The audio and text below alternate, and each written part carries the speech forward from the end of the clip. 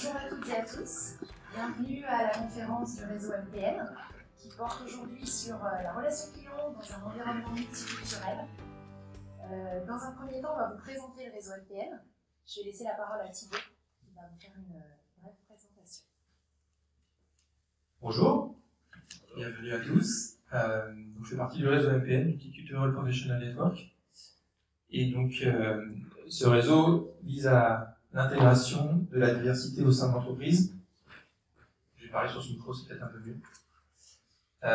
Et donc, en fait, pour dire la chose suivante, tu peux appuyer sur le premier coup.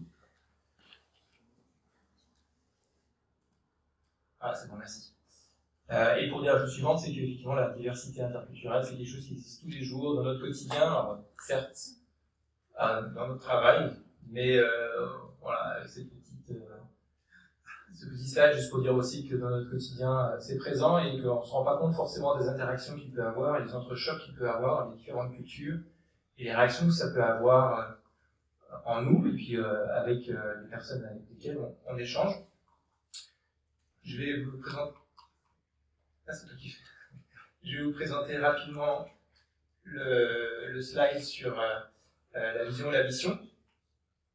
Donc le réseau il existe depuis maintenant à peu près un an et demi. On a fait déjà quelques tables rondes sur des différents sujets que vous pouvez d'ailleurs voir sur la Teamplace MPN.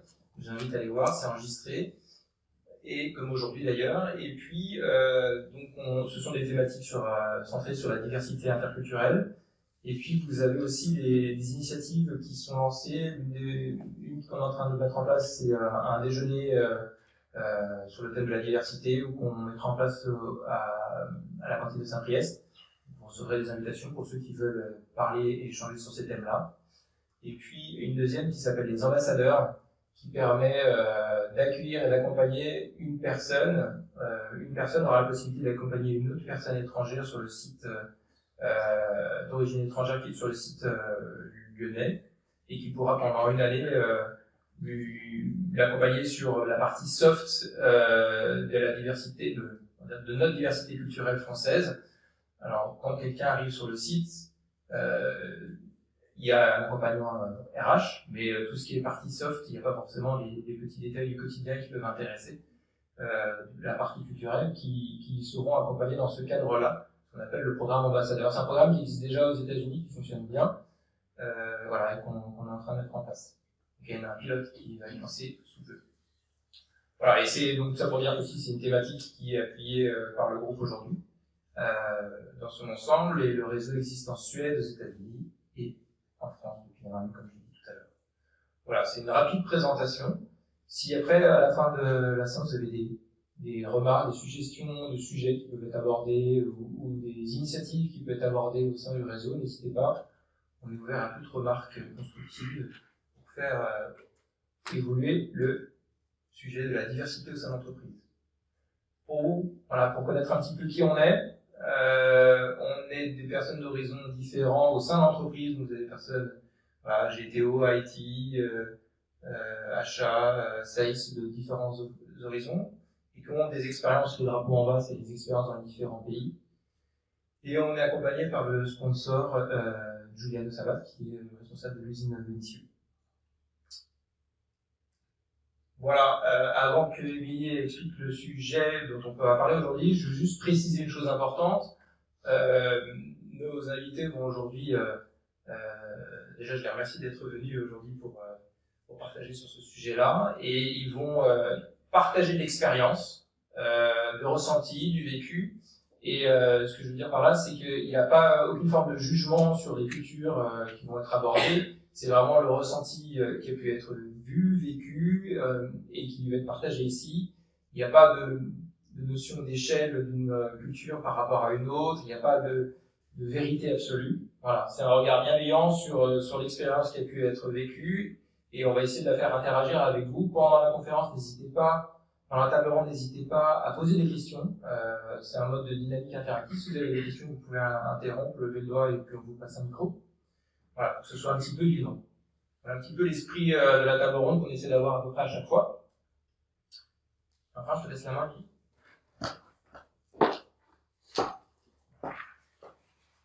Merci Thibaut. Pour introduire la thématique d'aujourd'hui, on peut citer un célèbre philosophe chinois qui, selon lui, la nature faisait les hommes semblables et c'est la vie qui les rendait différents. Des milliers d'années plus tard, on se rend compte que c'est toujours le cas et que la notion de client, de service, peut avoir une approche et une signification totalement différentes d'un pays à l'autre. C'est ce qu'on va essayer d'aborder aujourd'hui, grâce à Olivier et Cyril. Je le répète, comme l'a dit Thibaut, il n'y a pas de vérité absolue, c'est vraiment un partage d'expérience. N'hésitez pas à intervenir et à poser les questions que vous souhaitez. On va commencer par une petite vidéo de lancement. On s'excuse par avance de la qualité de la vidéo et de la publicité pour une banque, au passage. Mais la vidéo était vraiment dans le thème, donc on a trouvé ça assez drôle de vous le mettre aujourd'hui. Ciao, Sophia. Sorry. Niente. Sorry. In Italy, different flowers have different meanings. Chrysanthemums, for example, are associated with funerals and sadness. Sophia è morta.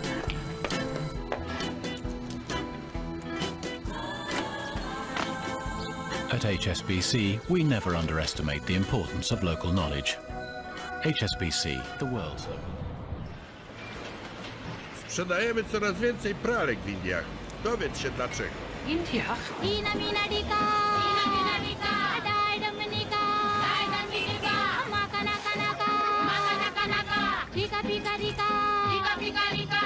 If you're going to do business internationally, you should be with a bank that knows about international business. HSBC Commercial Banking spans 64 countries and territories around the globe. Look at this. With your machines, I make 10 times more lassi than I used to. Have it? Your business success is out there. Is your bank?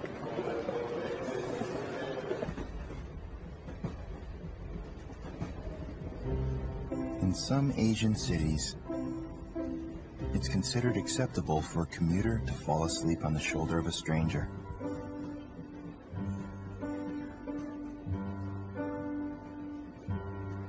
In New York,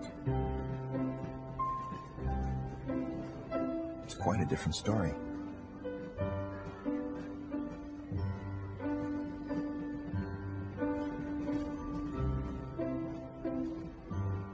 Of course, it could always adapt.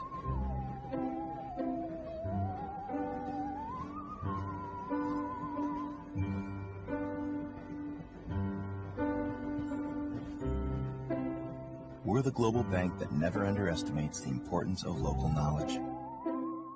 HSBC, the world's local bank.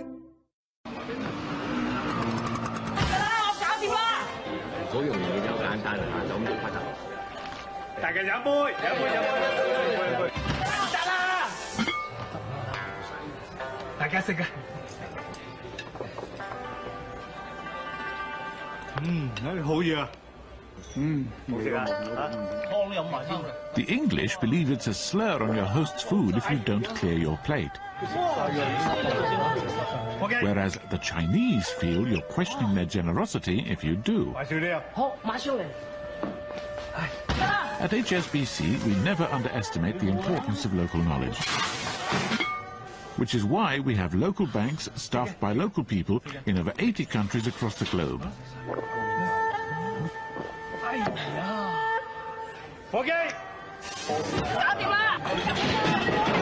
HSBC, the world's local bank.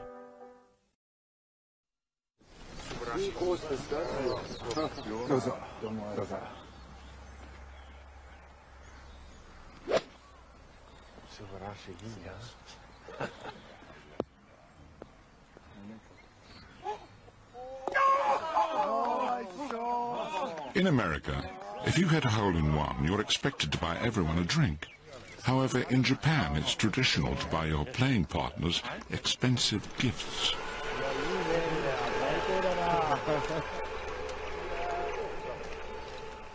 Same hole. At HSBC, we never underestimate the importance of local knowledge.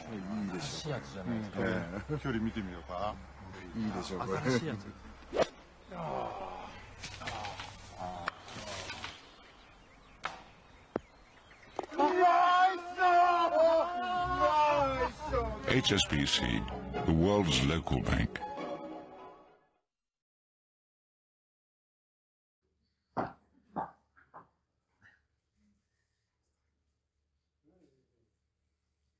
Nous allons donc accueillir aujourd'hui Olivier de Saint-Moloc et Cyril Barillet, que je vais inviter à venir s'asseoir ici.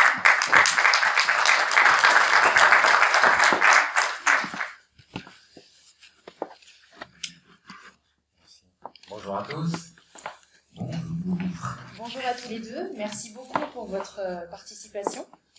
Je vais vous demander de vous présenter rapidement, si vous le souhaitez, afin que tout le monde sache d'où vous venez, vos horizons.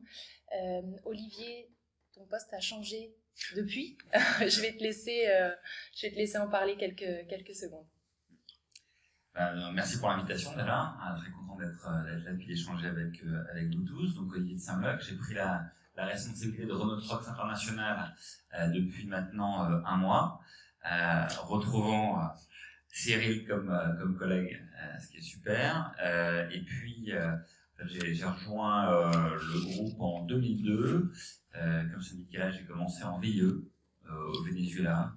Ceux qui ont l'opportunité de recruter des VIE, allez-y, je pense que c'est une bonne source de recrutement pour l'entreprise. Donc VIE au Venezuela pendant 6 mois, rapatrié d'urgence par les RH suite à un coup d'État chaviste. Puis basé à Paris 2 ans en charge d'une partie de l'Afrique de l'Est, Kenya, Tanzanie, République démocratique du Congo notamment, et puis la Tunisie. Puis après j'ai eu la chance de partir à Singapour en expatriation. Et là je m'occupais du Pacifique. Australie, Nouvelle-Zélande, Nouvelle-Calédonie, Polynésie française, et puis le Vietnam. J'ai fait 2 ans à Buenos Aires, en charge de l'Amérique du Sud, de l'Amérique centrale pour Renault Trucks. Donc ça veut dire en gros du Mexique au Chili, sauf le Brésil où Renault Trucks n'était pas présent. Donc là une quinzaine de pays. Et puis depuis 8 ans en Europe, différentes fonctions sales en Europe, pour à peu près tous les pays européens sauf la France, que je connais très mal. Et puis voilà, depuis un mois, retour à mes amours initiaux chez Renault Trucks International. Très bien, merci. Et je suis ch'ti, donc rien à voir avec aucune prédestination à faire de l'export. Fort patrimoine culturel. Voilà, gros patrimoine culturel. Ça m'aide beaucoup dans les bars kenyans pour boire la bonne bière après la signature d'un contrat. Et donc Cyril Barillet, moi je travaille dans le groupe depuis 20 ans maintenant. J'ai démarré au bureau d'études, étant de formation ingénieur, il fallait que j'amortisse un petit peu mon diplôme, mais assez rapidement j'ai souhaité évoluer vers le commercial, donc avec on va dire un parcours en 2 bandes, un premier step au produit marketing, et puis ensuite direction commerciale Europe, donc travailler et animer toutes les filiales en Europe au niveau donc commercial. Ensuite, je suis parti en Amérique latine 2 ans comme directeur après-vente basé à Buenos Aires. Une expérience très enrichissante professionnellement et personnellement. Ensuite, je suis rentré, c'est là où le business du modèle du groupe a changé. Donc, je me suis retrouvé dans l'organisation multimarque, d'abord à gérer, à faire une espèce de key account pour tout ce qui était le business Renault Trucks en Amérique latine et en Asie. Ensuite, je suis passé directeur commercial Afrique Moyen-Orient multimarque, donc à l'époque de AME, Afrique Moyen-Orient. Et puis, depuis 2016, je suis vice-président pour tout ce qui est Afrique, Amérique latine et Asie, sachant que le core business, clairement, est en Afrique, puisqu'il y a eu des décisions en 2015 d'arrêter la marque Renault Trucks sur l'Asie et l'Amérique latine. On a quand même redémarré le Chili il y a 1 an, ayant un importateur qui était, je dirais, prêt, c'était un peu plug and play, il n'y avait pas besoin d'investir beaucoup d'argent pour redémarrer. Voilà. Très bien, merci à tous les deux. On va donc rentrer dans le vif du sujet. On va aborder la première question. Alors, selon vous, le management interculturel a-t-il une influence dans la relation client ? En d'autres termes, l'aspect hiérarchique peut être différent en fonction des pays. Est-ce que pour vous, ça influence la relation client ? Alors, à beaucoup de questions, on va commencer par répondre oui. Parce que c'est le thème, et puis 2, c'est parce qu'effectivement, c'est ce qu'on vit tous quand quand on vit un petit peu à l'étranger, avec toutes les précautions que tu mentionnais et qui étaient mentionnées en intro sur le fait qu'il n'y a pas de vérité en soi. Mais oui, et pour faire simple, quand on en discutait avec Cyril en préparation, très très clairement, on considère qu'il y a une différence sensible entre le nord et le sud. Plus on va au nord, moins l'aspect pyramidal, hiérarchique est important, et plus on va au sud, plus ça prend de l'importance. Ça prend l'importance au sein de notre entreprise en termes de management des équipes, etc. Mais avec un impact direct sur la relation client et la stratégie de négociation qu'on va mettre en place. Pour appuyer ça, effectivement, il y a une culture du chef qui va être plus prépondérante, je dirais, plus on va au sud. La notion aussi d'autonomie, d'empowerment et d'initiative peut être très variable selon les pays. Typiquement, dans les cultures asiatiques, c'est peu développé, hein, c'est beaucoup le chef qui va cadrer et on va plutôt demander tout de suite son avis au chef. Moi, j'ai pu noter ça en tout cas en Asie, donc c'est vrai que la liberté ou l'empowerment des gens en Asie est très limité. Si je fais un parallèle avec l'Amérique latine, il y a aussi une culture du chef qui est très très forte, par contre plus quand même d'initiative et de réflexion pour un petit peu changer les choses, mais voilà, si le chef il a dit c'est par là, bon, ce sera par là. Donc pareil, pour donner des exemples concrets, moi, quand j'avais pris mon précédent poste sur l'Europe du Nord, l'un des messages que je passais aux équipes locales, c'est utilisez-moi. C'est-à-dire que si vous pensez qu'il y a un moment où vous avez besoin d'un mec avec des galons qui vienne pour sécuriser une négociation, utilisez-moi, je suis là pour ça.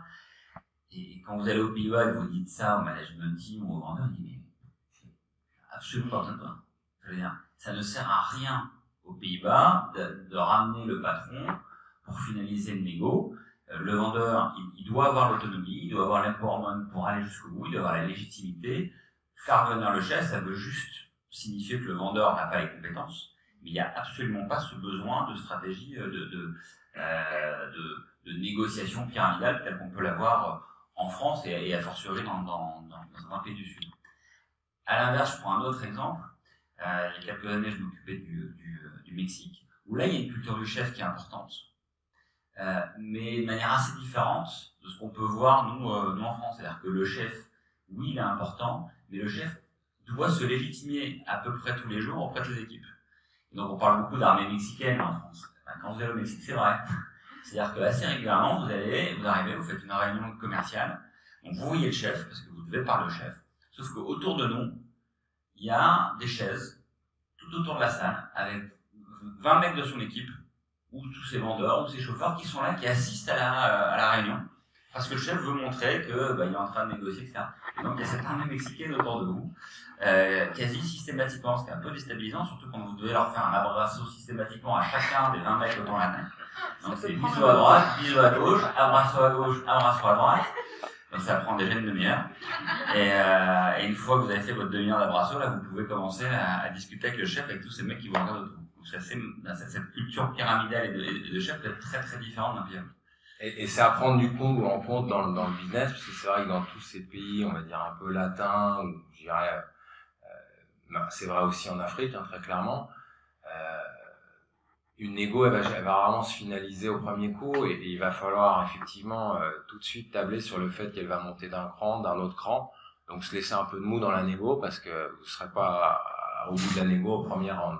Donc ça c'est pareil, dans l'anticipation de la négociation, faut le prendre en compte, sinon ça va être compliqué si le chef ou le chef du chef arrive pas à négocier mieux, là ça ne met pas bien devant ses équipes, donc faut arriver à garder un peu de soupape ou de l'attitude par rapport à ça. Il y a aussi autre chose qui est important, je citerai une petite anecdote, c'est là on a parlé de la notion de hiérarchie. L'autre aspect c'est l'aspect émotionnel, c'est-à-dire que typiquement dans des pays d'Europe du Nord, on est évidemment dans du B2B, donc un business qui est fait par les hommes, où l'aspect humain d'une manière générale est importante, mais il va pas avoir le même degré d'importance. Au Nord, je dirais, on est plus sur du factuel, sur des chiffres. Au Sud, on est beaucoup plus dans l'émotion, dans la relation. Et un exemple qui me venait en tête quand on a préparé Cette conférence, c'est au Mali. On a un client qui visitait au mois de novembre, qui a acheté 20 camions de Mercedes parce qu'en fait, l'importateur, le patron de l'importateur, l'avait appelé lorsque son père a décédé pour lui souhaiter ses condoléances. Il s'est senti touché et redevable par rapport à ça. Il lui a acheté 20 camions. Il n'y avait rien de factuel dans l'aspect business par rapport au prix ou à quelque chose. C'était purement émotionnel.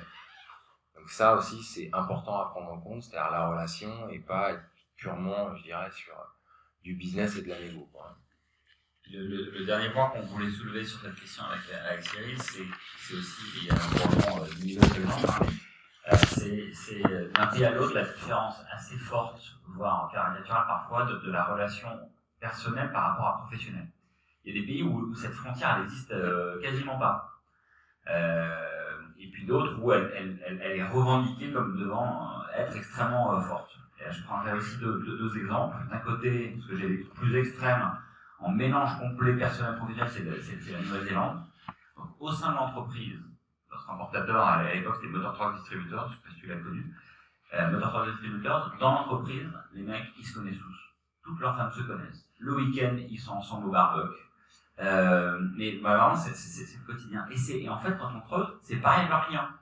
Tous leurs clients, c'est leurs potes du week-end, de la soirée, leurs enfants font les activités ensemble. C'est un monde complètement intégré, perso, pro.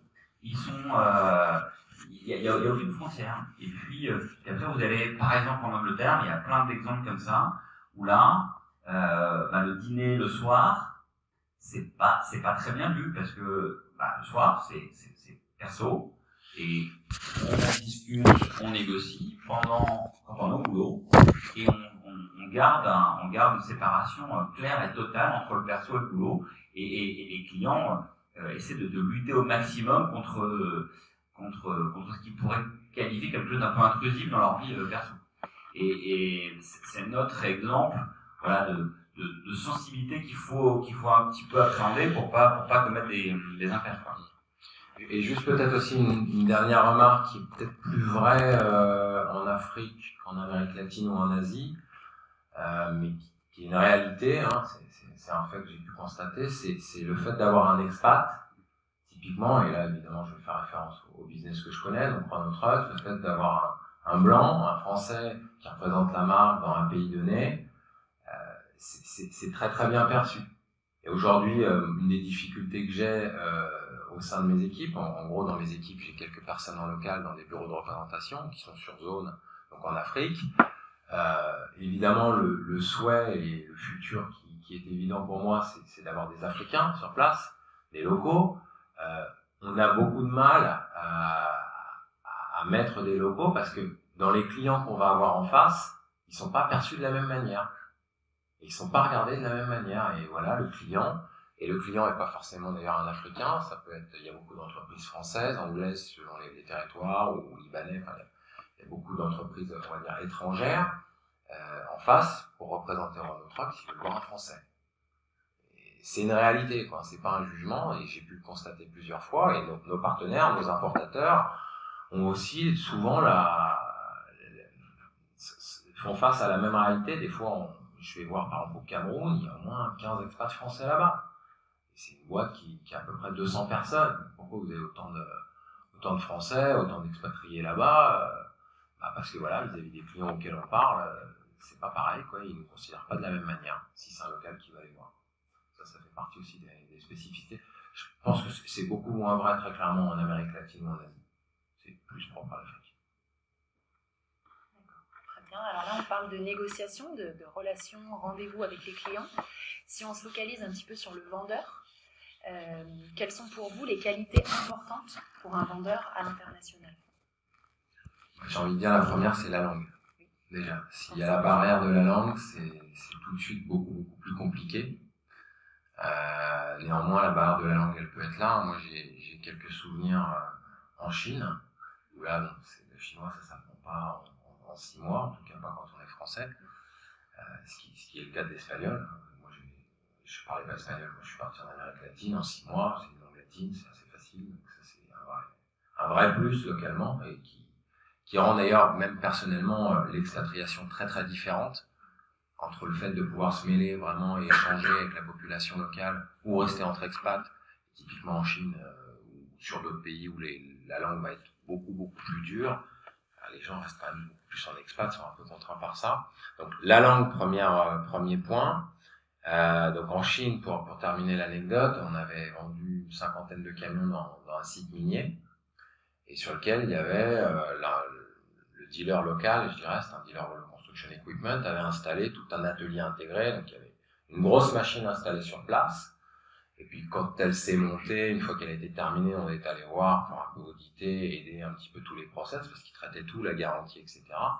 Et là, c'était un vrai cauchemar, un vrai moment de solitude, parce qu'on comprenait rien. Il y avait des interprètes, il y avait une personne qui arrivait, bon, on comprenait que c'était le chef d'atelier, donc on commençait à discuter, échanger. Il partait, un deuxième qui arrivait, il est aussi chef d'atelier, et c'était ça comme ça, ainsi de suite. Donc à la fin, c'était très compliqué d'avoir le grip sur ce qui se passait vraiment, et du coup de pouvoir un peu faire évoluer les choses dans le bon sens du terme. Donc c'est un grand moment de solitude. D'accord. Quand vous parlez de la langue, comment vous procédez quand vous partez à l'étranger? Vous prenez des cours sur place? Comment vous faites pour apprendre la langue locale? On démarre avant. Le mieux, c'est de prendre un peu d'avance, faire un peu, et puis après, on est dans le bain. D'accord. Encore une fois, je vais reprendre l'exemple que j'ai eu en Argentine, mais qui est un exemple facile, parce que l'espagnol, c'est pas du polonais, du russe ou du chinois ou de l'arabe. Donc très clairement, encore une fois, c'est très accessible et très facile, mais j'avais pris 20 heures de cours avant. Je suis arrivé là-bas, il y en avait un qui parlait anglais dans l'équipe. Donc ça a été vite dans le bain. C'était très gestuel au début, très clairement, mais en 6 mois, c'était bon. Et après, ce qu'on s'est dit aussi un peu par ça avec Cyril, c'est de se dire qu'il ne faut pas non plus... faut être clair sur le poste dont on parle par rapport à l'importance de maîtriser à fond la langue. C'est-à-dire que quand on y va en expat et qu'on va discuter, déjà qu'on va d'abord être dans un de management local avec des gens qui parlent même anglais ou français, c'est pas pareil que d'être vendeur en Pologne ou en Finlande ou que ce soit, où là, il faut une maîtrise totale de la langue. Et c'est pas quelques mois d'apprentissage qui peuvent te faire comprendre les nuances, les subtilités de la négo, etc. Donc effectivement, on peut aller en Amérique latine ou en Espagne apprendre la langue. Si tu vas en Finlande en expatriation, déjà tu n'apprendras jamais la langue. J'ai un très bon collègue Tarsis, dont la femme est finlandaise. Tarsis est extrêmement doué en langue, il parle toujours pas un mot de finlandais. Parce que tu peux pas, et en chinois c'est aussi très compliqué. Donc en fonction du job, il y a des pays sur lesquels on peut espérer apprendre la langue. Et puis il y a des pays où il ne faut pas espérer apprendre la langue, ça peut être grave ou pas grave en fonction du job auquel tu aspires. Puis la différence, c'est qu'en Finlande, ils parlent très bien l'anglais. Et en Finlande, ils parlent très bien l'anglais. Et moi, à l'inverse, je me souviens d'une anecdote au Vietnam, réunion commerciale, je parlais évidemment pas vietnamien, mais les mecs parlaient un peu anglais. Et on fait un tour de table, chacun se présente. Il y avait monsieur Tin qui était au bord de la table, et donc moi, assez à l'aise, c'était présenté comme monsieur Tin, j'ai monsieur Tin. Je dis non, c'est pas monsieur Tin, c'est monsieur Tin. Ouais, c'est un peu ce que j'ai dit quand même. Et en fait, pour lui, c'est pas que j'ai écorché son nom, c'est que je m'étais trompé de nom, quoi. Entre monsieur Tin et monsieur Tin, je sais toujours pas faire la différence entre les deux, mais juste sur la ponctuation du mot, le mec, mais de bonne foi, c'était pas pour me provoquer ou pour me mettre en défaut, mais il pensait que je m'étais trompé de nom, quoi. Alors que moi, je répétais juste le mot qui était le plus simple au monde, quoi, monsieur Tin. Et sur la langue, il faut qu'on soit extrêmement objectif par rapport à ça. Quand on négocie quelque chose, il faut être précis. Il y a plein de non-dits culturels, etc. Et la langue, c'est un prérequis quand on veut vraiment être opérationnel dans un pays. Et est-ce qu'il y a certains pays, justement, qui attachent plus d'importance à la maîtrise de leur langue locale? En fait, c'est surtout quand les pays vont pas parler l'anglais. Où là, forcément, quand on a des pays où l'anglais est assez développé, on peut toujours communiquer. Après, il y a toutes les subtilités, on va dire, locales, culturelles, religieuses, sur lesquelles il faut aussi s'aider de ses équipes. De toute façon, encore une fois, on va pas là-bas pour être vendeur pur, on va plutôt sur des fonctions d'encadrement. Donc, il faut évidemment s'appuyer sur les équipes locales qu'on a, faire confiance et puis comprendre un petit peu les choses. Mais voilà, je pense que la grande différence, ce qui fait une grosse différence, c'est si vous êtes sur un territoire où ça parle anglais, globalement, ce sera bien, vous pourrez vraiment vous mettre dans les sujets sur des territoires où l'anglais n'est pas maîtrisé et où c'est une langue complexe à apprendre. Là, ça met tout de suite beaucoup plus de distance, hein, et vous êtes beaucoup plus dépendant de vos équipes là. Puis, tu le disais, puis ça fait écho aussi une partie de la vidéo qu'on a vue avant qui était super. Je l'avais pas regardée, mais c'était super cette vidéo. C'est clairement quand on va à l'export, il faut s'appuyer au maximum. On peut être le meilleur du monde, ou pas. En général, on n'est pas le meilleur du monde. Mais en tout cas, il faut s'appuyer sur les équipes locales. Parce que on va pas s'improviser argentin, chinois, finlandais, on est français, quoi. Et donc faut surtout, je pense, commencer par avoir l'humilité de se dire je vais pas être meilleur qu'eux, je vais pas mieux comprendre leur culture, leur langue qu'eux. Et donc vraiment, quand on va à l'export, que ce soit en vente ou management, commercial, etc., c'est vraiment s'appuyer sur les personnes locales qui savent beaucoup plus de choses, qui comprennent beaucoup plus finement les choses que ce que nous on pourra faire. Là, moi, je redécouvre l'Algérie. Quand on va prendre contact avec les autorités algériennes pour faire du business, pour obtenir des autorisations, etc., ça serait suicidaire d'y aller sans vérifier d'abord auprès de nos équipes algériennes qu'on a la bonne tonalité, qu'on s'adresse à la bonne personne, qu'on a bien compris les enjeux. Et quand on parle de cette qualité du vendeur ou du représentant commercial dans le pays, je pense que ça passe d'abord par ça, c'est écouter les équipes locales, leur faire confiance, et avoir l'humilité de réaliser qu'elles savent quand même beaucoup de choses bien mieux que nous. À nouveau, sinon on peut vraiment faire des grosses erreurs, je pense. Et en complément de ça, il y a aussi une faculté d'adaptation à avoir. Je vais revenir sur l'Afrique. En Afrique, où il y a évidemment pratiquement que des anciennes colonies, qu'elles soient francophones, anglophones, lusophones, il y a des passifs importants, beaucoup d'ethnies différentes au sein d'un même pays. Un pays comme la Côte d'Ivoire, il y a 60 ethnies différentes, il y a une unité ivoirienne, tant qui se discute un peu, mais le contexte il est comme ça, et dans notre business, typiquement, si je vais pas faire un cliché, mais essayer de mettre ça un peu en boîte, quand vous prenez l'Afrique francophone, les clients, vous allez tomber soit sur des locaux, donc du pays donné, soit sur des Français, parce qu'il y a encore beaucoup de groupes français, des Bolloré, des Colas, Vinci, des entreprises que ce soit dans le TP, des opérateurs téléphoniques, Total, la logistique, ou beaucoup aussi de Libanais. Il y a énormément il y a une communauté libanaise très très forte un peu partout au travers de l'Afrique francophone. Donc, je dirais le business, il est à peu près un tiers, si j'ai à donner un ordre de grandeur. Là, c'est pareil, on va pas s'adresser du tout au même profil, aux mêmes cultures et aux mêmes comportements, donc ça demande pas mal d'adaptation. Et puis pour rester sur ce thème-là, il y a une chose qui est probablement importante, c'est-à-dire que vous pouvez avoir des pays avec des différences culturelles énormes et d'autres avec des différences culturelles relativement limitées. Pour moi, c'est pas forcément quand on a des différences culturelles énormes que ça pose problème. Parce que vous les voyez, elles vous sautent aux yeux, et si vous respectez cette différence culturelle, dans les deux sens, ça peut bien se passer. Tu vas en Asie, t'es différent physiquement, t'es différent dans la langue, ça se voit, donc faut éviter de faire des impairs, des mots, des gestes déplacés, etc. Mais il y a un respect mutuel des différences culturelles, et ça peut suffire. Cette empathie, cette envie de découvrir la différence culturelle peut se respecter, et ça peut très très bien se passer. Là où c'est, je trouve en général plus insidieux, plus dangereux, c'est quand tu la vois pas, cette différence culturelle.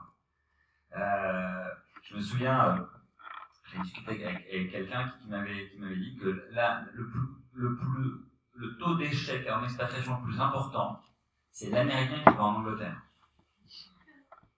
Et ça m'avait pété à la gueule, quoi. Parce que tu te dis, ouais, dans les cultures anglophones, parlent anglais, etc. Mais sauf qu'en fait, culturellement, ils sont hyper différents. Tu fais pas gaffe. Tu crois que t'es pareil. T'es américain, tu crois que t'es pareil que l'anglais. T'es français, tu penses que t'es pareil que le suédois. Sauf qu'en fait, pas du tout. Et quand cette différence culturelle, elle est pas visible, tu la perçois pas, là, tu peux faire des grosses erreurs. Et c'est assez dangereux. Et je pense que l'une des qualités qu'il faut avoir, c'est quand même, je parlerai à nouveau d'humilité, mais de se dire, voilà, est-ce qu'il y a des différences culturelles, où elles sont, les écouter, les respecter, et puis être attentif quand même à ça pour éviter les impairs ou les frustrations. dans n'importe quel pays. C'est vrai pour un vendeur français en France, non? Exactement. Donc on a parlé de la connaissance du client, de la personne, avec ses différences multiculturelles. J'imagine qu'il faut aussi connaître le marché local, le business local. C'est tout aussi important. Ouais, il y a le business local, et puis encore une fois, si on revient, il y a tous les aspects culturels, religieux, etc. Là, il y a aussi quelques anecdotes croustillantes, mais typiquement, et je crois que tu l'as fait aussi, quand j'ai démarré sur l'Europe, j'ai travaillé d'abord sur l'Europe de l'Est, notamment la Pologne, où j'ai fait un certain nombre d'événements clients, de conventions. La vodka, c'est une vraie réalité là-bas. C'est pas un mythe, donc faut quand même un peu tenir le coup, parce que je suis pas fan de vodka d'ailleurs en plus, mais bon. Donc voilà, ça fait partie de la culture locale, ça se boit à table, et faut pas vexer les gens, quoi. Donc c'est un peu, on se retrouve dans des positions un peu délicates où il faut pas non plus trop se mettre à l'envers, mais néanmoins on va pas non plus complètement s'exclure dans un événement client, donc ça fait partie un petit peu des rituels locaux. J'ai vécu ça, et c'était assez d'ailleurs, bon, à la rigueur en Pologne, tout le monde vodka, tout le monde ça sait, je dirais. J'ai vécu ça aussi en Chine. Les Chinois, lorsqu'ils fêtent un deal, il faut aussi s'accrocher, et ils sont très sur le challenge. C'est-à-dire que c'est un verre après l'autre, plus sec, et vas-y c'est à toi, et c'est à moi, mais ça n'arrête pas. Jusqu'à temps qu'il y en ait un qui tombe par terre, et puis un deuxième, et un troisième, et... Autant faut pas finir les assiettes, visiblement. Autant les verres, c'est bien vu les finir. Ouais.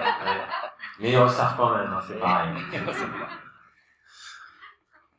Non mais bon voilà, il y a évidemment la picole, bon, globalement la bouffe, il faut respecter les habitudes. Et puis à nouveau là, je pense qu'il faut pas arriver avec le gros sabots d'Européens, c'est les réalités du pays qu'il faut comprendre et qui sont effectivement différentes. Et par exemple, si j'en viens sur du business pur et dur, on va arriver dans certains pays en se disant la bonne approche pour nos clients intelligents, parce qu'on est des Européens qui savent mieux que tout le monde de ce qu'il faut faire. Des clients intelligents, c'est des clients qui réfléchissent à long terme. C'est des clients avec lesquels on va parler TCO, de ce ownership, le retour sur investissement au bout de 4 ans, etc. Et on peut arriver dans à peu près tous les pays du monde avec nos grands sabots d'Européens en pensant ça, sauf que vous avez dans certains pays, le moyen, si vous avez une réflexion moyen-long terme, vous êtes un imbécile localement. Parce qu'en fait, vous pouvez être dans des pays où il y a de l'inflation à 30%, où il y a des coups d'État assez régulièrement, où les contrats, en tant que client, se signent à 6 mois. Et donc la bonne approche, l'approche intelligente business, c'est pas de réfléchir à 4 ans, payback, etc. C'est de dire comment je sécurise mon business pour les 6 mois qui viennent. En Algérie et en Afrique, il y a pas mal de clients qui achètent des camions chinois, par exemple. C'est toute partie du groupe Volvo. Les Chinois, c'est des cons. Leurs camions, c'est de la merde. Au bout de 6 mois, tu les mets à la poubelle, etc., etc. Ouais. Sauf qu'il y a 70% de nos clients qui achètent chinois dans certains pays. Et c'est pas toujours la mauvaise décision. Parce que vous allez voir le client, il vous explique, voilà, moi je vous explique, monsieur de Saint-Maloc, j'ai signé un contrat pour construire une autoroute, ce contrat va durer 6 mois. Et après, on sait rien. Donc moi ce que je veux, c'est mon payback au bout de 6 mois. Qu'est-ce que vous savez me faire avec vos véhicules européens? Je sais pas faire. Et cette compréhension des cycles business, de l'histoire aussi économique du pays, elle est fondamentale, parce que, à nouveau, nos gros sabots d'Européens peuvent être complètement décalés, et il faut toujours se méfier des jugements de valeur qu'on peut nous avoir. Et la bonne approche, dans pas mal de pays finalement dans le monde, la bonne approche, c'est d'avoir une approche extrêmement court-termiste. Parce que c'est comme ça que l'entrepreneur va sécuriser la pérennité de sa boîte, et donc de ses employés.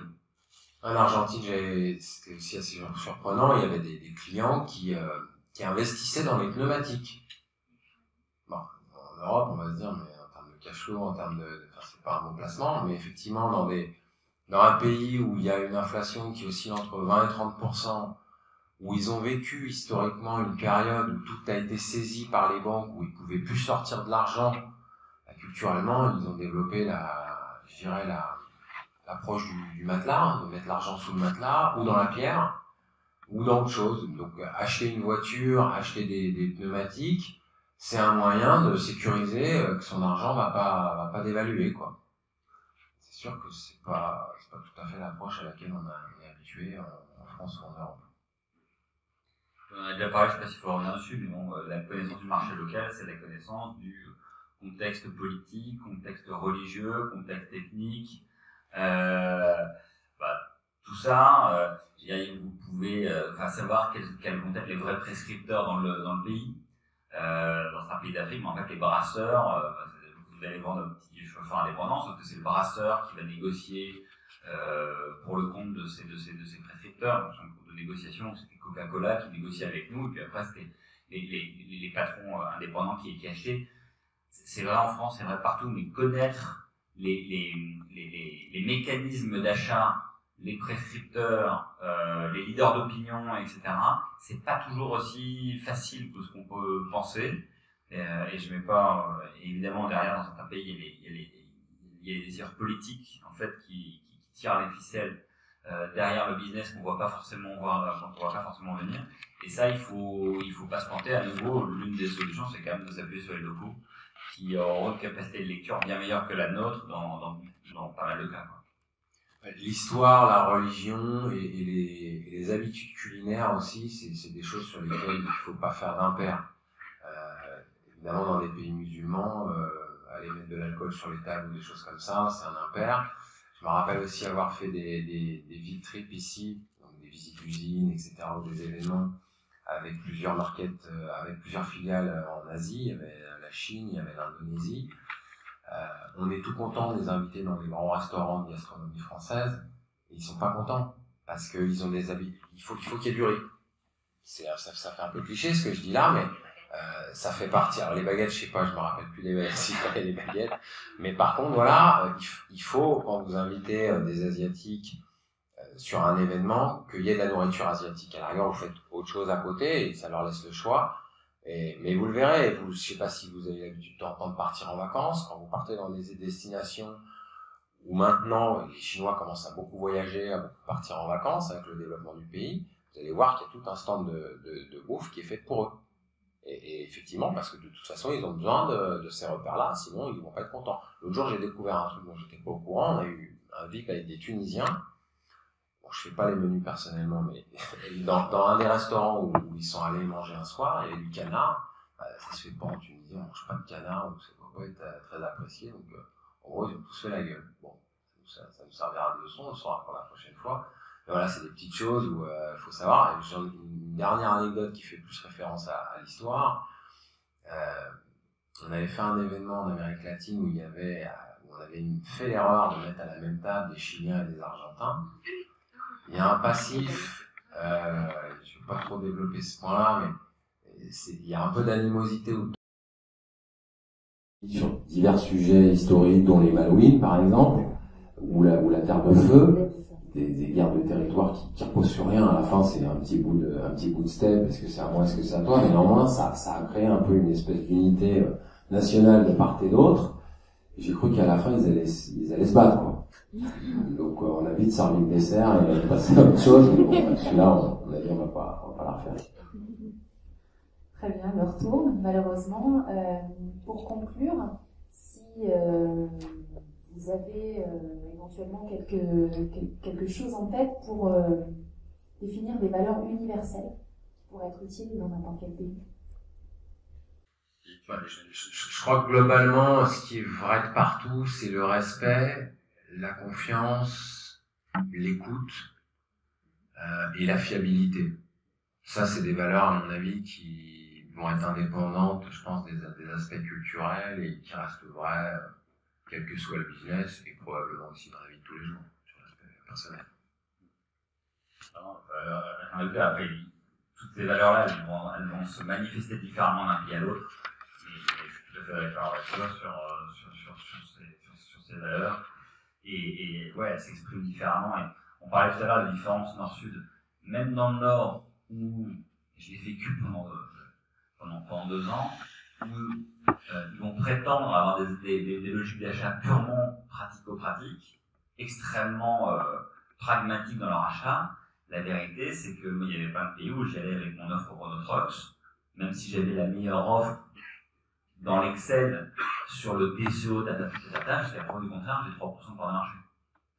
Et donc le respect, la continuité, tout ça, tout ce qui se construit sur la durée, c'est une réalité sur tous les territoires, à mon sens. Je suis d'accord avec toi sur cette valeur universelle.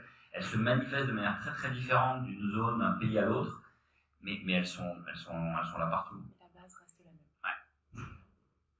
Est-ce qu'il y a des questions dans la salle? La Russie, vous voulez mettre la météo pour les hommes? À quel titre? À quel titre? C'est plutôt hiérarchique, c'est plutôt... Pour moi, c'est pas un pays caricatural ni dans un sens ni dans l'autre, honnêtement. C'est-à-dire que on a des rendez-vous avec des fleet customers, etc., où là, parfois, c'est quand même bien d'avoir le patron qui vient. Maintenant, on a recruté en très peu de temps une vingtaine de vendeurs en Russie qui, de manière très très autonome, ont ramené les commandes et ont réussi à sécuriser. Donc je pense pas que l'importance du chef soit fondamentale dans la relation commerciale. Après, la Russie, c'est un pays hyper complexe culturellement, typiquement. J'avais fait une formation culturelle interculturelle russe. Faut s'accrocher. Et ça fait partie des pays sur lesquels j'y vais avec des pincettes sur l'analyse culturelle et des différences européo-russes. Justement, Lily, tu parles de formation. Vous avez eu des formations à l'intérieur de votre groupe? Quel type de formation pour apprendre à vous adapter comme ça à toutes ces cultures? Il y a normalement, quand on part expatrié dans le groupe, effectivement, au moins une journée. Moi, je l'avais eu quand j'étais parti en Argentine, c'était très bien, qui permet en une journée d'avoir un peu une injection sur l'histoire, les comportements, le pays, et c'était plutôt bien. Alors, en une journée, on ne fait pas tout, mais c'était une très bonne injection pour partir dans le pays, avec quelques repères, quelques bases, et puis après, mais oui, il y a ça, oui, et c'est important. Moi, je l'avais fait pour la Russie, je l'avais fait pour alors partir en Asie, en Amérique du Sud, et même si ça ne te permet pas de résoudre les trucs, ça te donne quand même quelques clés de lecture qui te permettent de savoir où faut que tu fasses gaffe. Tu sais pas tout, mais au moins tu sais un peu où tu mets les pieds et où il faut que tu fasses un petit peu plus d'attention qu'ailleurs.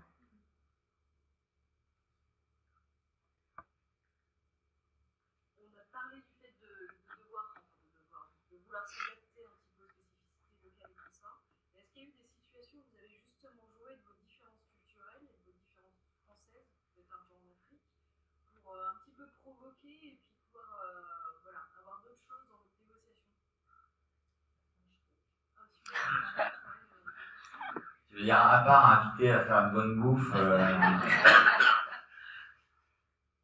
moi je pense pas avoir surjoué, je pense pas avoir fait ça, honnêtement, d'avoir surjoué le côté franchouillard, le côté français pour piloter une négo. J'ai envie de dire, ça a pu, j'ai pas d'exemple en tête, mais quand t'as fait un impair, là tu peux surjouer un peu la chose. Je suis désolé, je savais pas, même si vous le dites pas, vous l'exprimez pas comme ça. J'ai pas souvenir d'avoir surjoué le côté français pour piloter une négo dans un sens ou dans l'autre. Non, et puis, en Afrique, vu le passé qu'il y a, on fait pas forcément, il y a certains aspects où on va plutôt la jouer profil bas, et pas trop faire l'arrogant français, comme on a une bonne réputation, d'une manière générale dans le monde. Là où moi j'ai peut-être un peu plus surjoué de certains trucs, c'est quand il y a une autre langue, typiquement en Argentine ou sur l'Amérique latine, t'as su, bref, un petit peu parler de ça, mais c'est vrai que ça peut excuser des choses, la barrière de la langue, même si on la parle. Donc sur certains trucs, on va un peu surjouer ou profiter de ça, en se disant, bon, de toute façon, comme je suis pas natif du pays, c'est plus excusable. Donc à la rigueur, je vais un petit peu jouer avec ça. Mais pas spécialement du fait que je sois d'être français.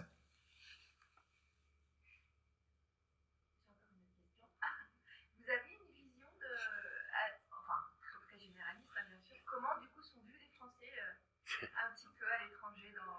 On a des grosses caractéristiques. C'est ce qui surprend le plus et ce qui permet quand même un bon recul de voir ça. On n'a pas du tout la même vision quand on n'a pas vécu l'expatriation en fait. Je sais pas, par ton expérience aussi, mais on prend beaucoup de recul sur la place de la France dans le monde, la perception des Français.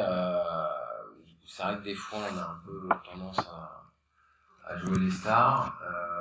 Ouais, on prend beaucoup de recul.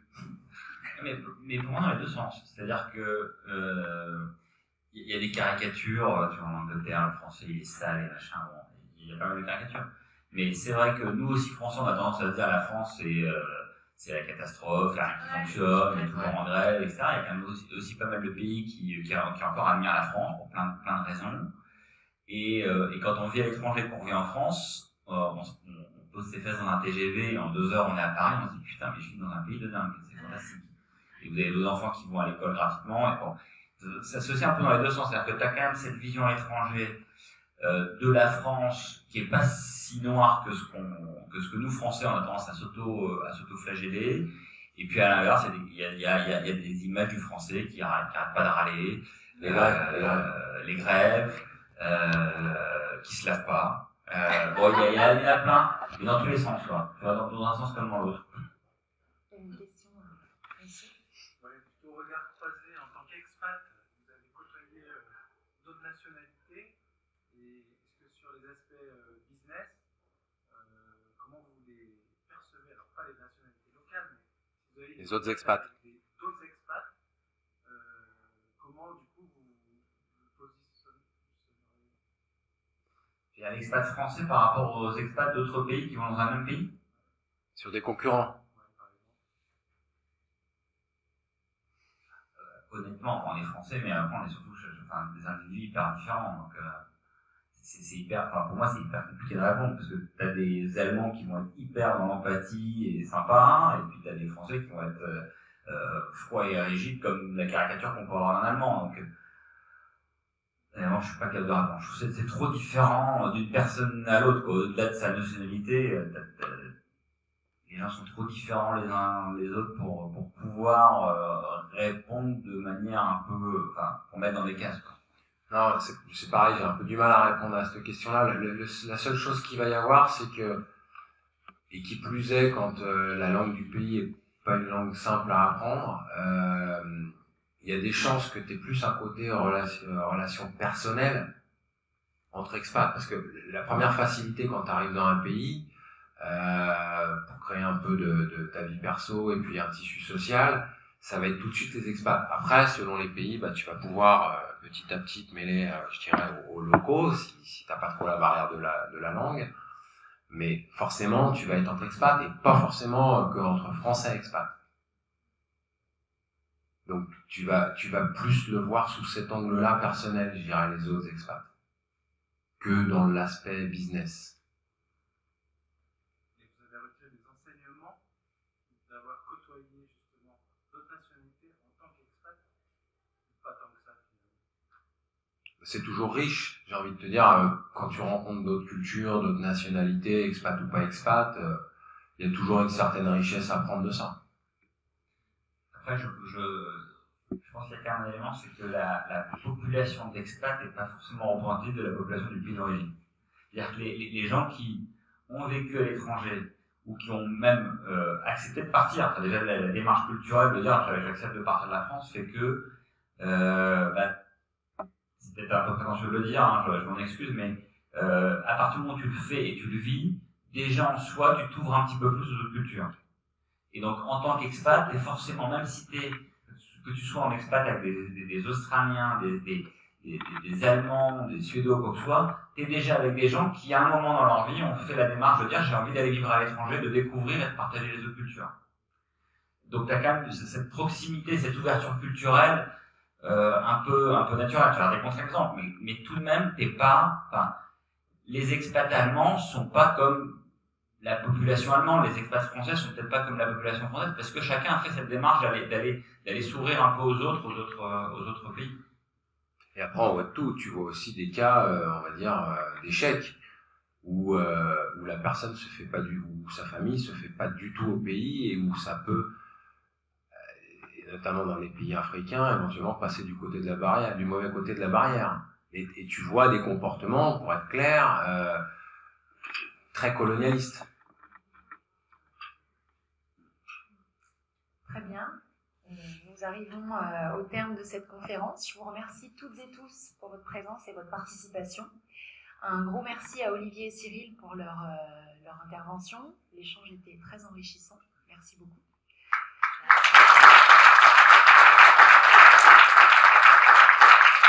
Vous retrouvez sur la page qui s'affiche derrière le lien pour la Team Place du groupe MPM, sur lequel vous avez accès à l'ensemble des vidéos des conférences qu'on a pu réaliser. Merci encore une fois et à très bientôt. Merci beaucoup. Merci beaucoup.